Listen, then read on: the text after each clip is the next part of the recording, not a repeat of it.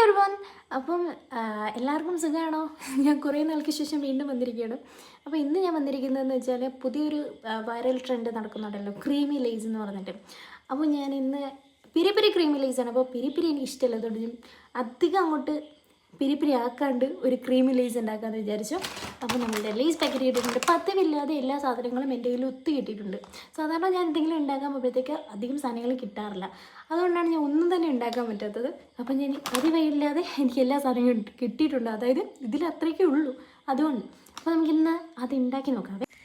അപ്പോൾ ഇത് പാനിലേക്ക് കുറച്ച് ബട്ടർ ആഡ് ചെയ്ത് അതിലേക്ക് കുറച്ച് ജിഞ്ചർ ഗാർലിക് മാത്രമായിട്ട് ഒന്ന് ഇട്ട് കൊടുത്ത് ഇപ്പോൾ ഇച്ചിരി ബട്ടർ കരിഞ്ഞു പോയി. അപ്പോൾ അതിലേക്ക് ഞാൻ ഒറിഗാനോയും ചില്ലി ഫ്ലേക്സും ഇട്ട് കൊടുത്തായിരുന്നേ.